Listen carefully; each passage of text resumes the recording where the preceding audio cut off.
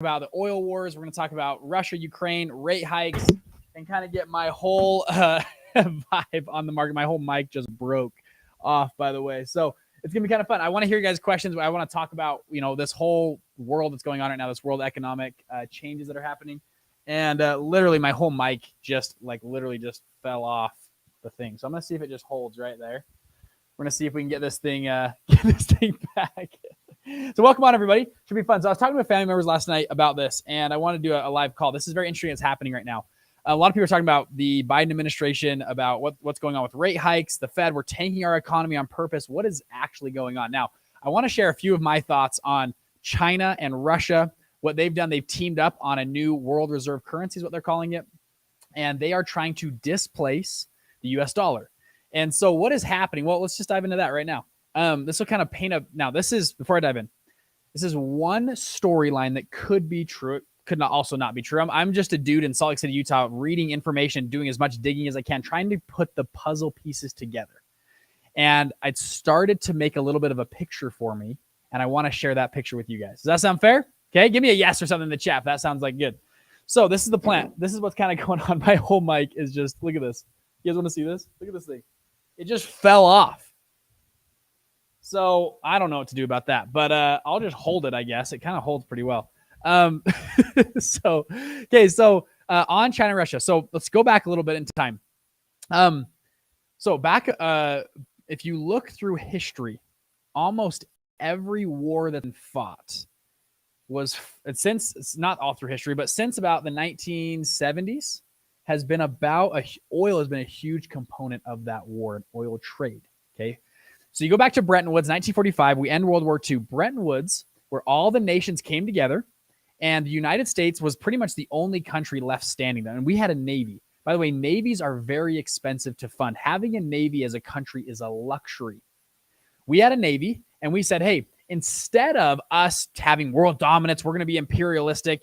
We said, hey, all we want from all these nations that are battered up, and we just saved you guys from Hitler and World War II, you know what? Let us just keep our lands.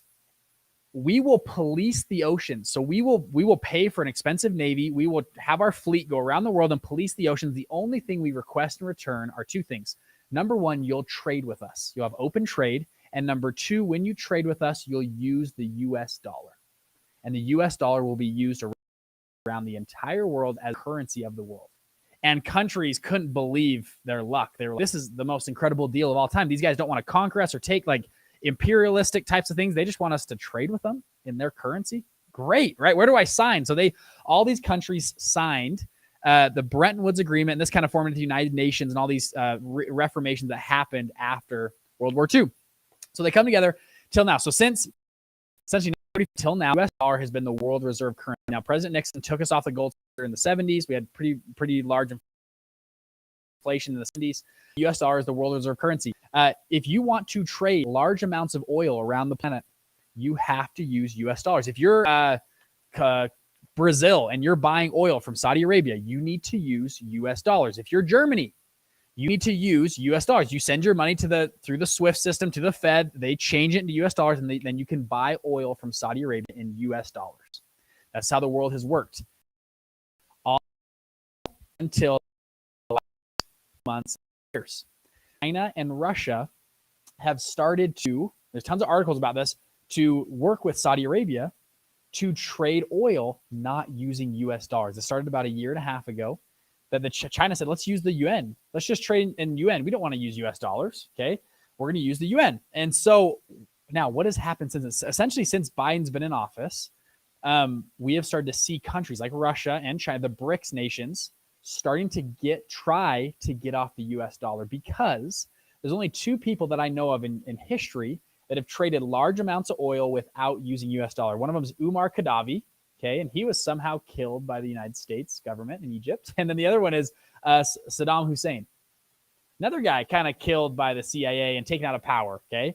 The third person is Vladimir Putin. And all of a sudden, the United States is kind of fighting a pseudo war with Russia. We're funding billions of dollars to Ukraine. Why? Because oil. And oil must be traded in US dollars. You might be asking, why does that even matter? Because it's the biggest thing on planet Earth. This is what all the Fed politicians, I believe, all the wars we've been in and stuff, it comes back to we need to protect our most valuable asset we've ever created is US dollars. US dollars are the best-selling product on planet. My dad gave this speech in Fun Launch Live at our event. He's talking about this. He goes, people will kill, they'll murder, they'll work 100 hours a week for US dollars. We print 10 to 20 trillion dollars over the last 3 years. And guess what? The US dollar is at 25-year highs as a currency. Okay, so we're going to get that in a second, okay? And people in the chat are like, the US dollar is going to get replaced. You're going to hear my argument right now about this whole thing right now. People, I love to talk about the US dollar is going down. Really? We're at like a 3-decade high of the US dollars. We printed 20 trillion of them. We have 8.5%, 9% inflation, and the US dollar is as high as it's been in 30 years. So what we are, so look, just go with me on this little storyline for a minute. Watch how this is working, okay, in real time. So you have countries about 2 years ago, a year and a half ago, say we're going to trade oil without US dollars. All of a sudden, we are now in a pseudo war with Russia. Okay. We are also in kind of a cold war with China over Taiwan right now and North Korea. Okay. And we'll get into that with the fourth turning, all these kind of things right now. China, additionally, so I'm going to bounce around a little bit. China has done a lot of lending. They've lent out over, I did a YouTube video on this. They've lent out over $1 trillion over the last 15 years. And the 8 years, 10 years, back to 2012. They launched the Belt and Road Initiative. They call it imperialistic lending. They would lend to all these third world countries, all through Africa, the Middle East, Southeast Asia. And a lot of people think they were kind of lending this money and knowing that they weren't getting repaid. The debt the debt defaults on that payment have jumped like crazy. Last year was over 15% of the $1 trillion had defaulted on their payments. Russia being one of the largest ones, and Ukraine, and all through Africa. These debt repayments are not getting paid. Right now, China is having massive protests over their real estate market. People are calling it one of the biggest, potentially Ponzi schemes of all time. We'll see if it actually unravels. But the Evergrande collapse you saw last year, it's kind of this train wreck in slow motion that's going on, is because huge real estate development companies in China that are funded a lot in part by the Communist Party. So it's not capitalism. It's not pure capitalism funding them. It's just communists that they want to build more buildings, and maybe they're not as efficient as they would be in a capitalist society. They're building tons of real estate. Just to put into perspective, percentage of GDP to real estate is about 1/3 of China. 1/3 is in real estate of their entire GDP. The United States is about 14%. It's almost double what it is in China. And people are starting to realize that a lot of the buildings that are being built. So imagine that there's 2 or 3 million homes being built right now from just one company in China. They are taking deposits on new homes to build homes that they planned on building a year and a half or 2 years ago. And they're starting to cancel homes as well. So imagine you put a deposit like $100,000 down in the house to get built. And you're starting to find out 2 years later, they've never even started building your house. They spent it on marketing and building out other older contracts on older houses that they have to build. Essentially, it's like a Ponzi scheme. You have to sell more, raise more capital to fulfill on old capital. Okay. So, and kind of interesting, right? This is all happening in China. They started to freeze bank accounts over the summer. So China had a huge protest at their banks. They were freezing bank accounts of citizens because they are seeing these cracks in their society and economy. At the same time, they reach out and say, we're going to take over Taiwan. We'll talk about Taiwan in a second, the chip war that's going on with Taiwan. But these are economic wars that are happening. And sorry, I'm talking in a lot of different ways. And anyways, are you guys okay? You guys following along a little bit? Economic wars long precede physical wars. Guns and shooting and cannon fire typically doesn't happen unless there's an economic war right before it. Right now, we are seeing an economic war. So look at now what's been happening with OPEC and back to oil, okay? So we are seeing countries saying, we're going to trade oil without the US dollar, these BRICS nations. What happens? President Biden hops on a plane and goes to Saudi Arabia. And we don't know the full details, but I would imagine it went something like this. Hey, Saudi Arabia, if you don't want to use the US dollar anymore, we've been allies for a long time. We've funded pretty much everything you guys do. We protect you against Iran. There's a ton of Middle Eastern countries that hate Saudi Arabia that would love to blow them up. Hey, we protect you against Iran, all these other countries. You know what? If you want to not use US dollars, that's fine. We're just going to pull back our support and protection for Saudi Arabia. Pretty interesting, right? And then you see they're messing with production levels back and forth. They're trying to this test of power of who's going to flinch first. At the same time, there was a major oil pipeline, the Nord Stream pipeline in Russia, Ukraine, that blew up.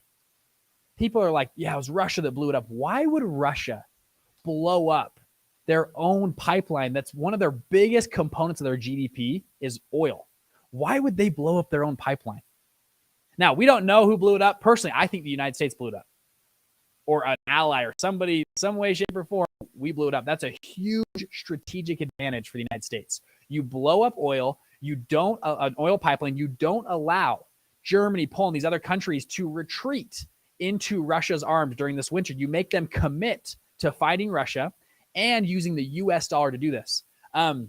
Right during the beginning of the Russian war, you saw all these sanctions happen on Russia, right? The ruble has collapsed since then. If you look around the world, so then this in with the Fed. The Fed raising interest rates right now, very hawkish. Yes, it's hurting inflation. Yes, all the things they talk about, but personally, I think they're doing it to show the entire world the US dollar is the best currency. It's the currency you want to hold. It's way better than all these other currencies. You're seeing countries' currencies around the globe get decimated compared to the US dollar. All the dollar indexes are way down and way in favor of the US dollar.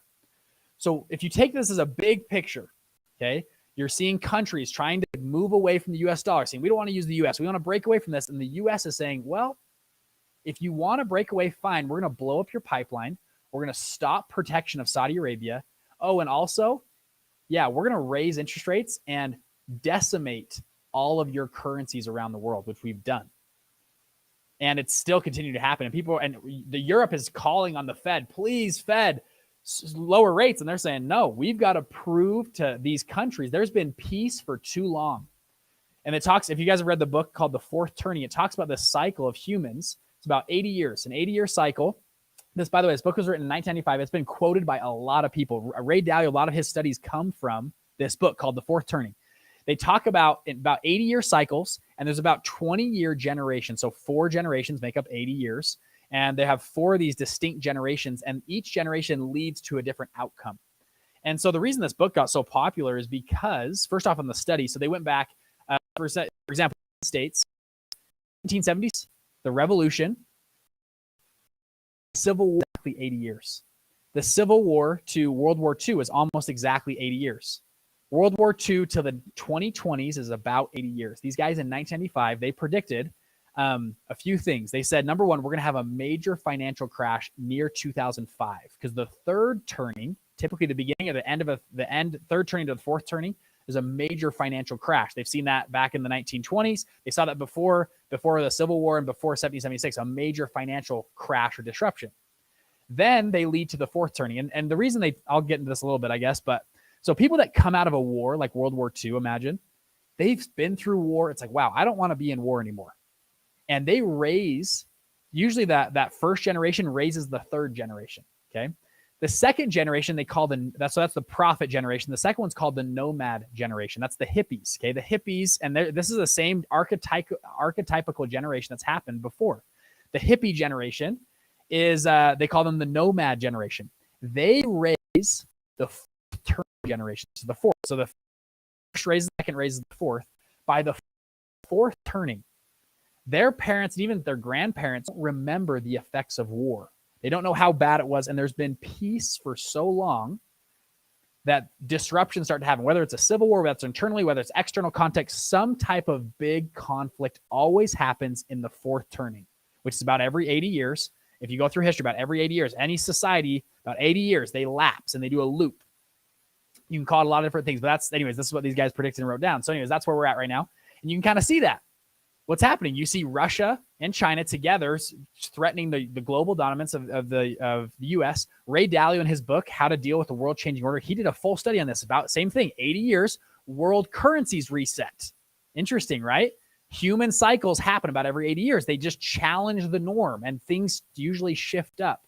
And so right now we're hitting that 80-year cycle. Ray Dalio's book for people in the chat is How to Deal with the Principle with the World Changing Order. And then the other book is called The Fourth Turning. Very interesting book to read. A lot of people have been starting to quote it over the last few years because of it was written 25 years ago, but now the things they're saying are coming true. So kind of interesting. So that is what's happening right now. You also see North Korea. They are testing the limits. They're shooting missiles over U.S. carriers. If you guys follow over in those near Japan and South China Sea, major economic and physical kind of saber rattling going on. Okay, I believe personally the U.S. is flexing our dominance on the world through economics first. The U.S. dollar is the creme de la creme of all currencies. That's going to happen now. When you're talking about currencies and resetting currencies, again, I don't know what's going to happen. We can just theorize. Personally, I think the U.S. is going to launch a central bank digital currency. If I was going to bet on something, it'd be the U.S. is going to launch a central bank digital currency. And if you don't believe me, right now, go to Google and type in federalreserve.gov. The federalreserve.gov homepage, right on the homepage, has a whole section titled, "What is a central bank digital currency?" President Biden, March of this year, put out an executive order that they are going to start researching and doing development on how a central bank digital currency is going to affect the world and what they should do about it. Additionally, they passed a $58 billion CHIPS Act. We're going to talk about chips in a second. And there's another $150 billion that they can unlock as well. Intel was already building data centers around the country before this happened. A lot of people think could be data centers to house a central bank digital currency. Anyways, that's, we're theorizing here. I don't know what's going to happen. If I was going to bet on something, I think that would be pretty interesting what's going on. Okay. So now let's talk about chips. They're calling chips the new oil, right? The new oil of the world. High advanced chips are very, very valuable and scarce around the world. Did you guys see what happened a few weeks ago with China? Okay. So the U.S. posed, and this is kind of came, at least for me, came out of nowhere. I didn't know they were going to do this. They put a full ban on China using chips and any materials from any of our allied nations to create chips or semiconductors in China. They also ordered any U.S. citizen in China that's working on chips or that industry to pull out of China. Pretty interesting. It actually there's a lot of equipment, there's a lot of materials that go to making very, very high quality chips that are used for advanced weapon systems, nuclear bombs, even high, all sorts of cool stuff, supercomputers. It's a lot of actually infrastructure and work to create these types of chips. And the U.S. said, we are going to pull out all of that from you. Additionally, Taiwan creates about, I think it's like 30%, we can fact check me. I think it's about 30% of the chips on the planet are made in Taiwan. And all of a sudden, China goes, hey, we want Taiwan. And the U.S. says, no, we're going to put 3 aircraft carriers in between China and Taiwan 2 months ago. 3. Okay. Just you guys, this is pretty interesting, by the way. Aircraft carriers, I geek out on aircraft carriers. The combined world right now has about 11 aircraft carriers. The combined world. And they're World War II era aircraft carriers. Okay, so they're older World War II aircraft style. The U.S. has 14 going to 16 super carriers. Sorry, they're not all super carriers. They're moving most of them to super carriers, which are about 3 times as large as a World War II aircraft carrier. We have 14. The combined world has 11. Now, for an aircraft carrier to leave port, it leaves port with like 15 ships. It's got a submarine. It's got battleships. It's an aircraft carrier division that leaves. We parked 3 of them in between China and Taiwan 2 months ago.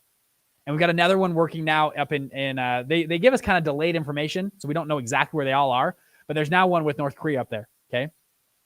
Pretty freaking wild. And on that same note, Peter Zahan, he's one of my favorite economists. If you guys have followed his stuff, he gave a speech to the U.S. Army, and they posted on YouTube actually after. It's pretty cool. He's like, guys, if we got into a war with China, all we would need to do, because China gets about 80% of their oil through tankers that come from Saudi Arabia, and they sail across underneath India and around South China, the Southeast Asia, around up to China. He goes, all you would do is park 2 aircraft carriers and put a big blockade. And in about 60 days, all of China's trucks and vehicles and planes are going to stop working. He's like, it's pretty easy to beat China, unless they like nuclear bomb or something went off. But through an actual real war, like we would just shut off their oil pretty easily. They don't have very many pipelines. They don't have ways to run stuff, and they're trying to work on it, but it's just not happening yet. Pretty interesting. Okay.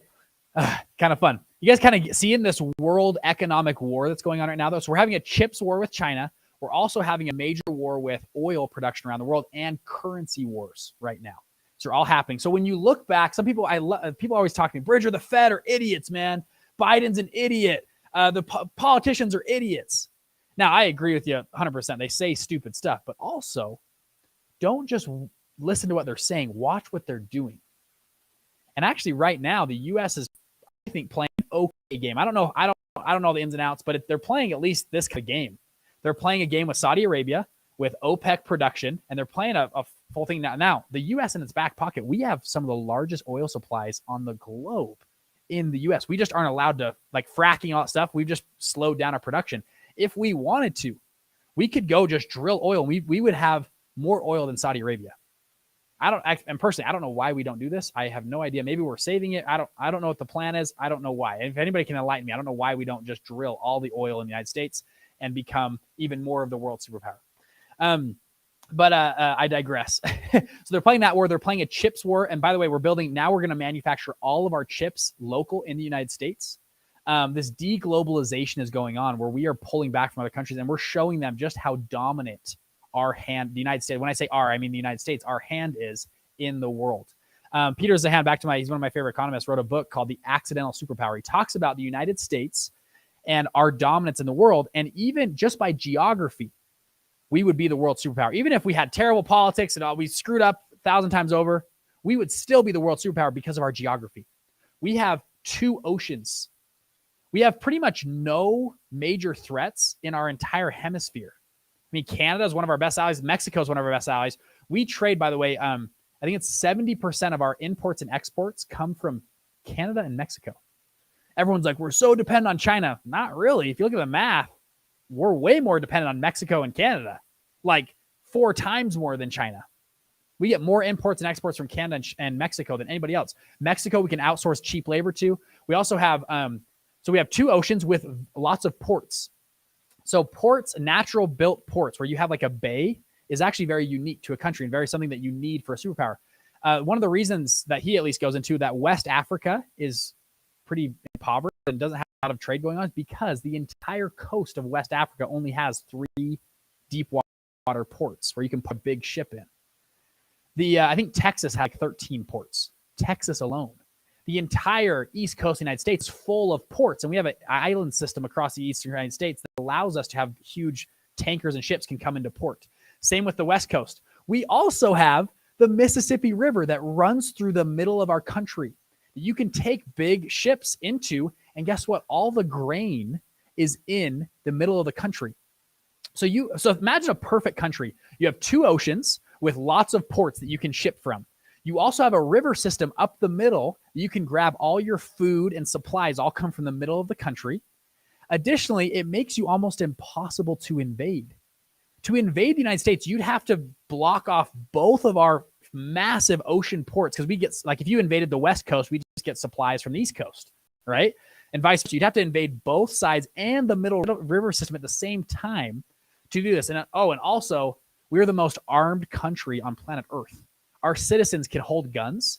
We have more guns per capita than the rest of the world combined, like times 5. So if you're going to try to invade the United States, like, it's just not going to happen, right? Like, unless something unreal happen, but the nature of just geography allows us to be a world dominance versus other countries. And so we can flex our political gain with interest rates, with oil wars, with chip wars. Are you guys kind of seeing how this is coming together? Now, hopefully, I really hope it doesn't turn into physical wars. But right now, we are fighting a very, very big economic war across the world. And it's pretty interesting. Now, is the U.S. going to head into a recession? Maybe. And I think potentially the Fed might be saying, you know what? Yeah, we'll go into a slight recession in the United States.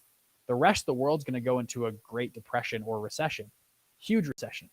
And it's going to tank these countries and bring them back to, you know what? The United States isn't all so bad. We actually want to trade with them, and we'll trade in U.S. dollars. It's by the way, people on the chat like, U.S. dollars dead. Really? 25-year highs. And by the way, you don't want the US dollar to die. Some people are like online, like crypto is going to go to the moon. Crypto is going to go to the person. I think crypto is going to go to the moon regardless. Okay. You don't want the US dollar to go down, because if it does, all of your properties, values, everything you own in business, in commerce, like gets reset. It's pretty interesting. And I don't know what would happen and play out the whole thing. We can speculate on that for hours. But anyways, I digress. I personally, I think the US is going to try to reset their currency through a central bank digital currency with the 80-year thing. We also have the chip war going on. We're going to develop chips in the United States. We're going to, I think, start producing a lot of oil in the United States. Depending on who takes office during, midterms next election will really affect that. I think Republicans are very pro. We have tons of oil in the United States. Why don't we just, I know we're trying to move to green energy, but it's not working yet. We still have a decade or two to get there. Yes, let's work towards getting to green energy, but let's get all the oil out of the ground now and sell it to all these other countries, and we will be the just set our footprint as the world just dominates, and it'll make everybody in the United States way more wealthy and richer and prosperous, and the rest of the world will have cheaper oil. It'll be great. I don't know. Anyways, I digress again. So those are my thoughts on the petrodollar, rate hikes, oil wars. If you're looking at a big macro picture, at least personally, I feel like this is what's going on right now. Russia and China, 2 months ago, they've been stockpiling gold for the last 30 years. They have one of the largest gold reserves on planet Earth, and they actually announced they're going to try to create a new world reserve currency. I don't know why this wasn't like headline news, but they put out a whole bid 2 months ago to do this. And you look at the response of the United States. We're going to pull out chips. We're not going to let you do that. We're going to pull away oil. We're going to blow up a pipeline, Nord Stream pipeline in Russia. At least I think the United States did that. And we're going to tank all of your currencies. Do you guys really want to use China and Russia's currencies that are ran by these crazy people? And their currencies are up and down. It's like watching a crypto stock. You want something stable. You want something secure. You want something backed by something, right? And I think that's the stance the U.S. is taking around the world. But again, I'm just a guy sitting in Salt Lake City, Utah, trying to read stuff and do my research. So there you go. There's my thoughts. I would love to take questions. What questions you guys have or comments? Put them in the chat. We're live on Facebook, YouTube, Facebook groups, and Instagram right now. So I'll look at a few different comments here. I'd love to hear what you guys think. Questions. I really kind of scroll through fast here. So anyways, if you guys missed the beginning, go back and watch this as recorded. I think it's just kind of fun. Anyways, I'd love to hear your guys' thoughts. We have midterms happening tomorrow.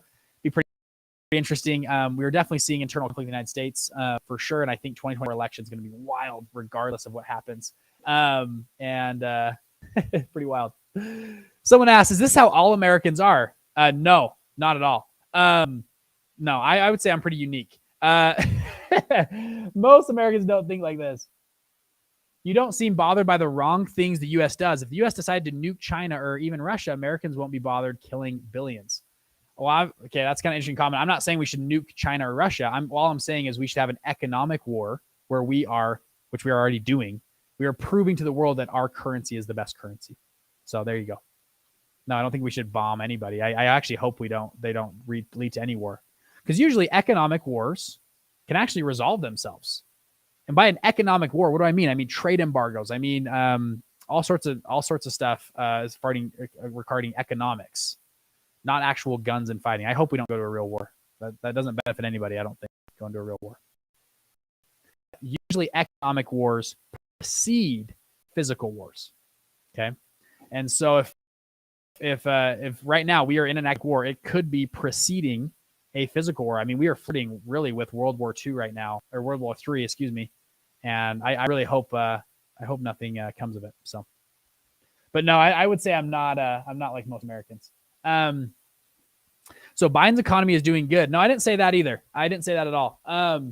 I just said regarding to Biden, again, you can look at a lot of things. Everyone, and I agree. I think Biden is a pretty interesting dude.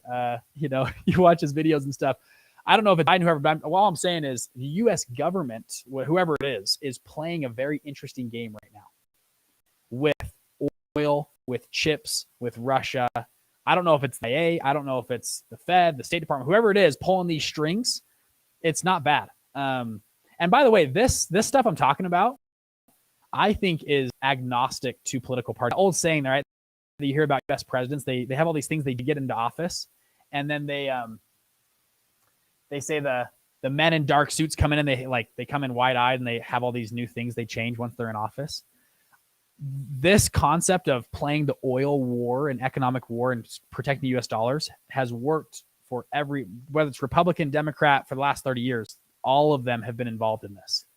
You look at Bush, Obama, Clinton, like whoever it is, they were playing this economic game with the rest of the world because of Bretton Woods. Back to 1945, the entire world agreed we're going to use the US dollar for any large business transaction around the world, as long as the U.S. and in return, the U.S. will protect the world with our Navy. And that's been the deal. And so they've stayed to that deal. So, no, is Biden's economy doing good? I mean, I probably wouldn't say so. As far as other things, I'm not a huge fan of President Biden, but again, this isn't a political channel, so I won't do that. But I think it's pretty interesting, though, like the world economic game that someone is playing. I don't know if it's Biden or whoever is playing it, but someone's playing a pretty interesting game right now. Now, are they doing a great job or bad job? I don't know. I just see what they're doing, and we probably know 1/10 of what's actually going on, right? There probably is a ton of secret stuff we don't know at all. I trade in currencies and have seen a huge surge in dollar strength across the board. Yeah, I mean, dollar is at 30-year highs right now. Keep going on here. But economic wars are just as bad. No, they're not, actually, as physical wars. Economic wars are not as bad as physical wars. I don't know. Sorry, Tyler. I'm gonna hit you back on that. They're not. 4 million people dying in Europe in World War II is not as bad as people that don't have as big a paycheck this month. Personally, that's what I think. So it's a little different when you're dropping bombs and shooting guns, and people forget about what wars are like. Even myself, I've never really lived through a world war, but my great grandparents do. I mean, they came back from World War II and were like, dude, let's never go to war again. That was the most horrific thing on planet Earth. Now we lead to today, and we had, I think, a lot of people that generation because they've never actually seen a war. Malcolm Gladwell wrote a great book, actually. He talks about that small wars, actually, small conflicts actually diffuse bigger conflicts. Usually when you see a big world war blow up or a big conflict blow up, it's usually because of a lot of years of peace. Before World War I, there was like 80 or 90 years of world peace. Before the 100 Years' Wars with England and France, there was like this huge period of peace. And because things fester and fester and fester, and then they blow up into a huge thing. So Malcolm Gladwell goes, if you actually have smaller conflicts, whether maybe it's an economic war or physical war, it actually turns people away from, you know what, maybe we shouldn't go to a big war. So anyways, I don't want war to happen. But I think economic war is better than a physical war. Do you think it's unfair for people on the right to lie to Americans and tell them that the U.S. economy is doing worse than it actually is? I mean, the U.S. economy it's funny. Again, it's when you talk about that's it's like 1,000 little points of data. And so whether you're on the right or the left, you're going to nitpick certain things, right? Like this part is doing bad. This part's doing good. But in a conglomerate, when you look at the whole economy together, that's a big thing. You can look at GDP growth is one thing. You can look at job growth, job creation, and you have to take out outliers, though, because sometimes those numbers are very manipulated. CPI number is a very manipulated number. The actual inflation CPI index is super manipulated. They change the basket of goods over time. So like student tuition is not in it used to be in the CPI index. Now it's not. You know what? Tuition isn't involved in inflation anymore. Why? Oh, because we want inflation to be lower. Okay. Used cars are not involved in the CPI number. I don't know why. They used to be. Now they're not. So they keep taking out their basket of goods to change things. Personally, and by the way, I think people are misconstruing what I'm saying. I'm not for or against. I think, like if people say like Biden's economy or Trump's economy, they do swing things certain ways. But I think in some ways they have huge effects. In some ways they have very minimal effects on the economy as well. Because there's 10,000 data points. They can probably affect 100 of them, right? And people on the right or left really target those 100. But the other 9,000 or whatever data points are affected by other things as well. But this overall, I'm talking about the bigger game here. I don't want to sit on this call and talk about Biden or Trump or whoever it is. I want to talk about the macro game they're playing with chips, oil, and kind of this world reserve currency that's going on. It's pretty interesting, pretty enlightening.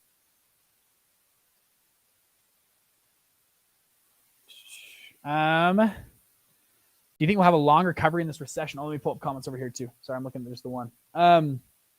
For this recession, that's, you know, everyone's so sure about this recession and what's going on. It's funny. I spoke on stage with Kevin O'Leary a few months ago. So we were on the same stage, and Kevin, somebody asked him, like, are we going to be in a recession? And Kevin just said, dude, the fact that everyone is so certain we are in a recession makes me think we're not going to be in a recession. Just everybody's calling it. When have 80% of Americans been correct on the stock market or on a recession? Like, never. Okay. He's like, I don't know. I'm playing the contrarian point of view. I'll play the same point of view as well. Usually the stock market is a leading indicator. It's not a trailing indicator.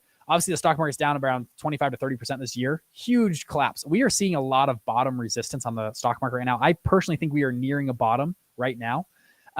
Now, does that mean the economy, by the way, does not reflect the stock market? I think the stock market is forward-looking 6 to 8 months.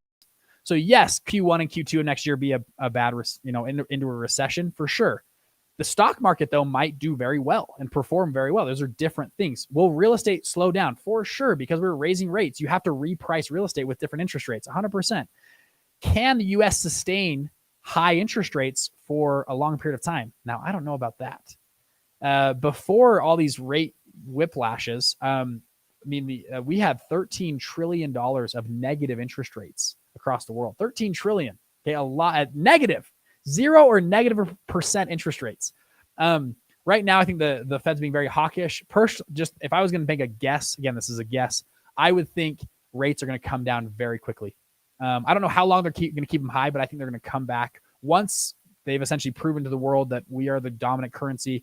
They're going to need to bring those rates back down to essentially save the world from a recession. I think that will happen personally. Yeah. So will we be in a deep recession? Maybe. You know what? We had Q1 and Q2 of this year. GDP declined, which is the definition of a recession, even though back to Biden. Biden didn't want to admit that. Q3, though, GDP grew. A lot of people don't talk about that. Q3, GDP grew. That's why we've seen this kind of mixed bag of things. Right now, you're seeing major layoffs in tech and other sectors. So anyways, it's kind of a mix. Anyways, pretty interesting.